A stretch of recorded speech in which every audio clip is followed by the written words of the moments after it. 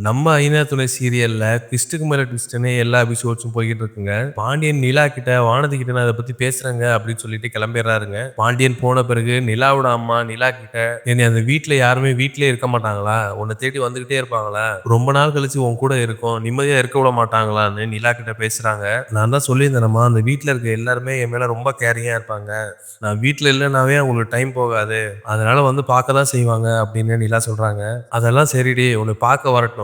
அதெல்லாம் ஒண்ணும் பிரச்சனை இல்ல. நீ எதுக்கு சோழன டிவோர்ஸ் பண்ண? அந்த விஷயத்த சொல்லு." அப்படின்னு நிலாவோட அம்மா கேட்கறாங்க. நிலா மறுபடியும் என்ன பதில் சொல்றதுன்னு தெரியாம முழிச்சுக்கிட்டு இருக்காங்க. நிலா அவங்க அம்மாட்ட, "அம்மா, உனக்கு இந்த கேள்விய விட்டா வேற கேள்வியே தெரியாதா? எப்ப பாரு இதுவே கேட்டுக்கிட்டு இருக்க. போய் வேலைய பாரும்மா. எனக்கும் வேலை இருக்கு. நான் போய் வேலைய பார்க்குறேன்." அப்படின்னு சொல்லிட்டு நிலா கிளம்பி போயிடுறாங்க. நிலாவோட அம்மா நிலா கிட்ட, "இப்ப நீ சொல்ல போறியா இல்லையா?" அப்படின்னு கேட்கறாங்க. "சொல்ல முடியாதும்மா. எனக்கு வேலை இருக்கு. நான் அப்புறமாட்டி சொல்றேன்." அப்படின்னு சொல்லிட்டு நிலா நழுவி போயிடுறாங்க. நிலாவோட அம்மா தேனு மனோகர்கிட்ட போயிட்டு, "இவ அந்த வீட்ல இருக்க எல்லாரையும் ரொம்ப பெருமையா பேசுறா. அந்த வீட்ல இருக்க எல்லாரையும் இவள பார்க்கவும் வராங்க. எல்லா பணிவிடையும் செய்றாங்க. ஆனா எதுக்காக சோழன டிவோர்ஸ் பண்ணா? அத கேட்டா மட்டும் சொல்லவே மாட்றா. மழுப்பிட்டு போயிடுறா. என்னமோ நடந்திருக்கு. அத கண்டிப்பா தெரிஞ்சுக்கிட்டே ஆவணும்." அப்படின்னு நிலாவோட அம்மா சொல்றாங்க. "ஆமா தேனு, ஏதோ தப்பா நடந்திருக்கு. அதனால தான் நிலா டிவோர்ஸ் வரையும் போயிருக்கா. ஆனா நம்மகிட்ட அந்த காரணத்த சொன்னா நம்ம அழைச்சிட்டு போயிருவோங்கிறதுனால நம்மகிட்ட சொல்ல மாட்டேங்கிறா. நிலாவ வீட்டுக்கு அழைச்சிட்டு போணும்னா கண்டிப்பா அந்த விஷயம் என்னன்னு நம்ம கண்டுபிடிச்சே ஆவணும்." அப்படின்னு மனோகர் சொல்றாரு. பாண்டியன் கடையில வேலை பார்த்துக்கிட்டு இருக்காரு. அப்ப வானதி விறுவிறுன்னு கோவமா வராங்க.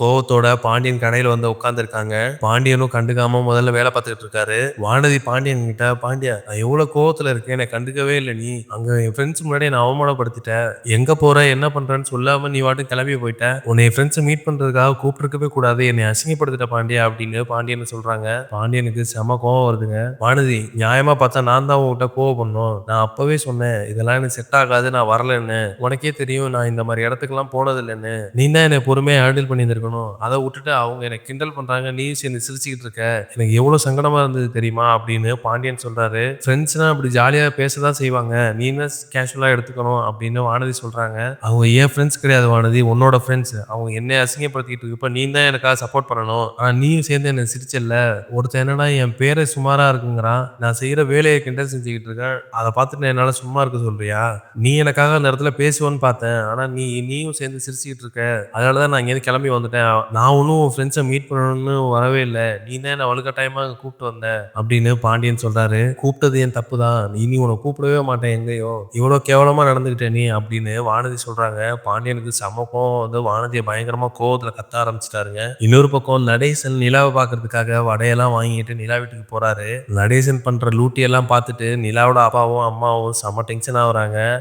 நிலாவோட அப்பா நிலா அம்மாவ, "கொஞ்சம் பொறுமையா இரு, கண்டுக்காதன்னு" சமாதானப்படுத்திக்கிட்டு இருக்காரு. நிலா அவர் வாங்கிட்டு வந்த வடைய சாப்பிடுறத பார்த்து நிலா அம்மாவுக்கு வாமிட்டே வருதுங்க. நடேசன் கிளம்பி போயிடுறாரு. அடுத்ததா சேரன் வராரு. சேரனும் நிலாவும் இப்போ உட்காந்து பேசிக்கிட்டு இருக்காங்க. "நிலா, நீ இல்லாம வீடே வீடு மாதிரி இல்லம்மா. வெறிச்சோடி போய் இருக்கு. இப்பல்லாம் இந்த பசங்க எல்லாம் சீக்கிரம் எந்திரிக்கிறதே இல்ல. நீ போனதுக்கு அப்புறம் வேலைய காட்ட ஆரம்பிச்சுட்டானுங்க. பொருள்லாம் கன்னாபின்னான்னு போட ஆரம்பிச்சுட்டாங்க. அப்பாவே இத செய்றாரு." அப்படின்னு கம்ப்ளைண்ட்டா சொல்லிட்டு இருக்காரு. நிலா சிரிச்சுக்கிட்டு இருக்காங்க. "சரிப்பா, நான் கிளம்புறேன்." அப்படின்னு சேரன் கிளம்புறாரு. நிலாவோட அப்பா, "இருங்கப்பா, நான் உன்ன கொண்டாந்து விடுறேன்." அப்படின்னு சொல்லிட்டு வலுக்கட்டாயமா சேரன அழைச்சிட்டு கார்ல போறாரு. வழியில ஒரு இடத்துல கார நிப்பாட்டி சேரன் கிட்ட பேசுறாரு. "சேரன், கொஞ்சம் நில்லுங்க. நான் உங்ககிட்ட தனியா பேசணும்." அப்படின்னு நிலாவோட அப்பா கூப்பிடுறாரு. "சொல்லுங்க சார்." அப்படின்னு சேரன் கேட்கிறாரு. "நிலாவுக்கும் சோழனுக்கும் என்ன பிரச்சனை? எதுக்காக நிலா டிவோர்ஸ் பண்ணா? அத கேட்டா அவ சொல்லவே மாட்றா. ஏன்னா என்னன்னு தெரிஞ்சுச்சுன்னா அட்லீஸ்ட் சேர்த்தாவது வைக்கலாம்ல. நிலாவுக்காக இவ்வளவு தூரம் இறங்கி வந்துட்டோம். என்னன்னு தெரிஞ்சுச்சுன்னா நிலாவ சோழனோட சேர்த்தாவது வைக்கலாம். நிலா எங்க இருந்தாலும் நல்லா இருந்தா சரி." அப்படின்னு நிலாவோட அப்பா சொல்றாரு. அத கேட்டோனேயும் சேரனுக்கு